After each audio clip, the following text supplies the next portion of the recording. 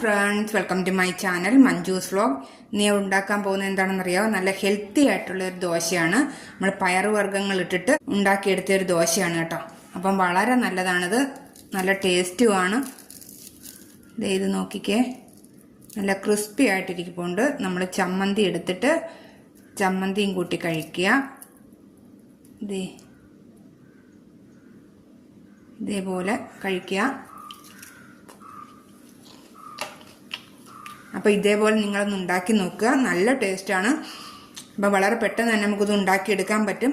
അപ്പോൾ ഇത് ഉണ്ടാക്കി നോക്കിയിട്ട് ലൈക്ക്, ഷെയർ, സബ്സ്ക്രൈബ്, കമൻസ് ഒക്കെ ചെയ്യുക. നമുക്ക് വീഡിയോയിലേക്ക് പോയാലോ?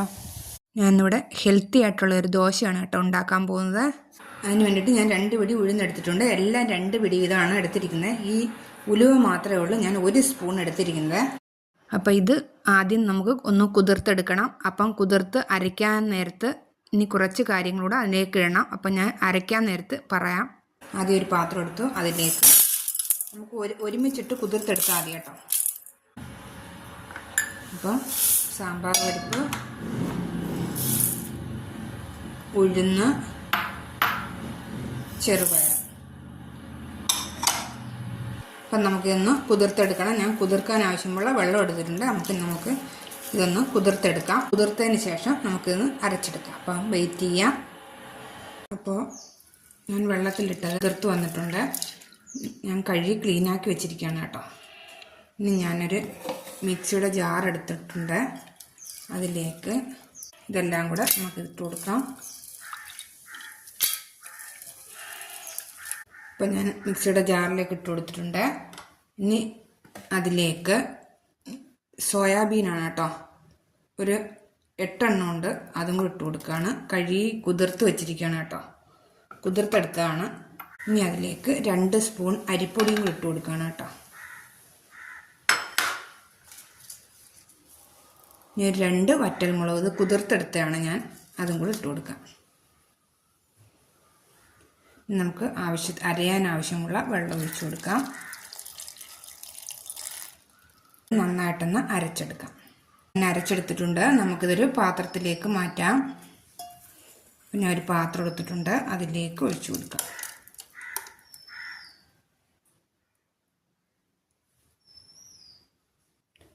അപ്പം ഇത് ഞാനൊരു പാത്രത്തിലേക്ക് ഒഴിച്ചിട്ടുണ്ട്. ഇനി നമുക്കിതിലേക്ക് ഒരു 1/4 ടീസ്പൂൺ മഞ്ഞൾപ്പൊടി ഇട്ട് കൊടുക്കാം. ചെറിയൊരു നിറത്തിന് വേണ്ടിയിട്ടാണ് കേട്ടോ. ആവശ്യത്തിനുള്ള ഉപ്പ് ഇട്ട് കൊടുക്കാം. നമുക്ക് നന്നായിട്ടൊന്ന് മിക്സ് ചെയ്തെടുക്കണം. മിക്സ് ചെയ്തെടുത്തിട്ടുണ്ട്. ഇനി നമുക്കിതങ്ങോട്ട് മാറ്റി വെച്ചിട്ട് നമുക്ക് ഈ ദോശയോടെ കഴിക്കാനുള്ള ചമ്മന്തി തയ്യാറാക്കിയെടുക്കാം. ഞാനൊരു മിക്സിയുടെ ജാർ എടുത്തിട്ടുണ്ട്. അതിലേക്ക് 3 പിടി തേങ്ങ ഇട്ട് കൊടുക്കുകയാണ് കേട്ടോ.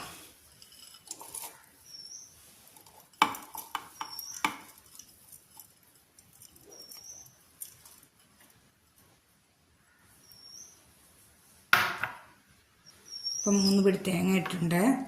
കുറച്ച് സവാള അതിലേക്ക് ഇട്ട് കൊടുക്കുകയാണ്. 1 പച്ചമുളക്, ഇത്ര ഇഞ്ചി, 1 സ്പൂൺ തൈര്, കുറച്ച് കറിവേപ്പില, ആവശ്യത്തിനുള്ള ഉപ്പ്. ഇനി നമുക്കിത് നന്നായിട്ടൊന്ന് അരച്ചെടുക്കാം. നോക്കിയേ, ഞാൻ നല്ല ഇതുപോലെ അരച്ചെടുത്തിട്ടുണ്ട്. ഞാൻ 1 സ്പൂൺ തൈരും കൂടെ ചേർത്തിട്ടുണ്ട്. അങ്ങനെ ആകെ 2 സ്പൂൺ തൈരാണ് ചേർത്തിരിക്കുന്നത് കേട്ടോ. അപ്പോൾ ഇതൊരു പാത്രം എടുത്തിട്ടുണ്ട്. ആ പാത്രത്തിലേക്ക് നമുക്കിത് ഒഴിച്ചു കൊടുക്കാം.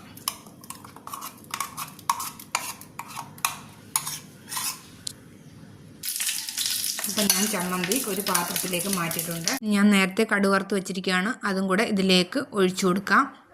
അപ്പം നമ്മൾ തൈര് ചേർത്തുകൊണ്ട് ഈ ചമ്മന്തി ചൂടാക്കേണ്ട കാര്യമില്ല കേട്ടോ. അപ്പം നന്നായിട്ടൊന്ന് മിക്സ് ചെയ്തെടുക്കാം. തൈര് ഒഴിച്ചാണ് നമ്മൾ അരച്ചെടുക്കുന്നത് കേട്ടോ. അപ്പം വെള്ളം ഒഴിക്കേണ്ട കാര്യമില്ല.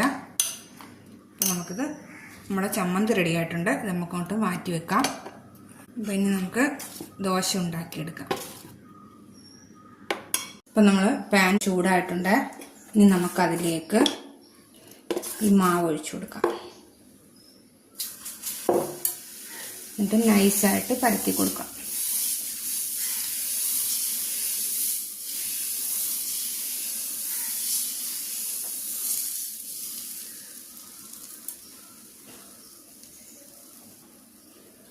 അപ്പം ഞാൻ പരത്തി കൊടുത്തിട്ടുണ്ട്.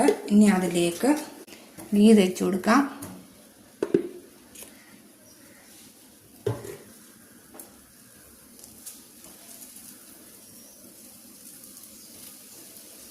നല്ല ഹെൽത്തി ആയിട്ടുള്ളൊരു ദോശയാണ് കേട്ടോ. അത് കുട്ടികൾക്ക് കൊടുത്താൽ വളരെ നല്ലതാണ്. ഇപ്പോൾ റെഡി ആയിട്ടുണ്ട്. അപ്പോൾ ഇനി നമുക്കിത് മടക്കിയെടുക്കാം.